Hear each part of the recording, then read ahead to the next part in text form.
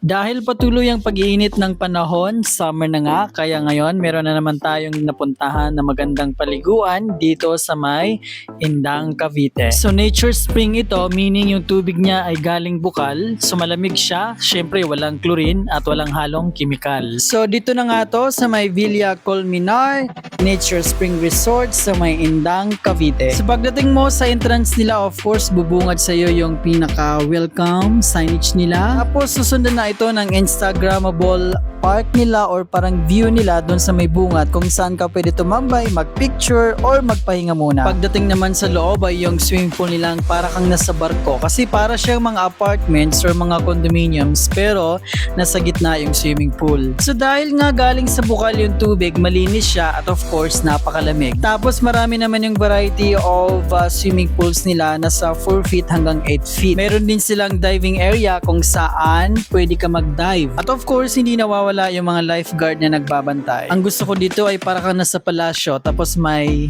swimming pool. Yung iba naman ang tingin ay parang barko na mayroon ng swimming pool. Tapos yung entrance fee nila dito ay 170 pesos. Yung cottages naman nila ay nasa 400 pesos pataas. Tapos yung rooms are available. Kung gusto mo mag-overnight or mag-rent ng mga rooms, pwede po. Meron po sila nun. Pwede rin magdala ng pagkain at pwede rin mag-ihaw dahil meron silang grilling areas. Tapos para naman sa mga drone enthusiasts, yes, pwede po mag-drone sa lugar na ito. At isa pa sa mga nagustuhan ko ay mabait yung mga staff nila. Tingnan nyo naman yung ganda ng resort. Tapos yung parking area nila ay malawak. So nag-video na nga ako para ma-proof naman na atin naman yung video. Baka may magsabi na naman na hindi sa'yo yung video mo. Charot. Tapos yung video okay ay pwede rin dito. Yung parking area napakalawak. Meron din sa taas, meron din sa baba. So paikot siya. Yun nga lang kung gusto mo ng maluwag, hindi masikip, charot lang. Pumunta ka ng weekdays kasi itong pagpunta namin ay Sunday. So pag Sunday and Saturday, expect mo na it's a family day. So marami talagang tao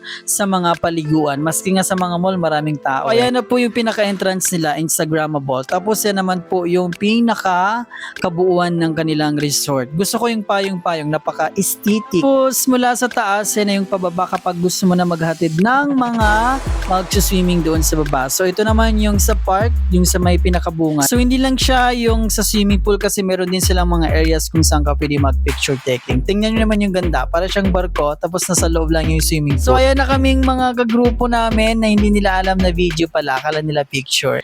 Tapos napakaganda kasi para siyang nasa mansion. Para kang nasa, sabi nga nung kasama ko, para doon siyang prinsesa. Nasa isang malaking palasyo. Tapos meron ding mga CR, banlawan kung saan pwede ka magbanlaw. Meron din silang slide na medyo pabilog na mahaba. Pero meron time na nagka-close yung slides. I think mga hapon sinasara na nila. Gusto ko dito is kaliwat kanan yung lifeguards. So maraming nagbabantay na lifeguards. And isa pa, kung may nakalimutan kang bilhin sa labas, meron po tindahan sa loob ng resort. Tapos hindi mo na kailangan magdala ng power bank kasi kung mag-charge ka, meron namang mga saksakan dun sa mga cottages kung lubat na yung phone mo. Tapos malinis yung paligid kasi nga yung tubig is galing bukal. So dire-diretso lang yung agos ng tubig pababa hanggang doon sa pinakadulo nila. Kaya ano pa ang inaantay mo? Tawagin ang pamilya, kabarkada, jowa. Kung single ka naman ay pwede ka naman maglagay dito mag-isa. Wala namang sisita sa'yo at tuhusga. Charot. Kung nagustuhan nyo naman yung aming video, huwag kalimutan i-like, i-follow and share sa mga kaibigan para makapunta na din sa resort na ito. Kaya tara na dito sa Cavite dahil masaya dito. Ako pala si Han. Maraming salamat sa panonood. Bye-bye!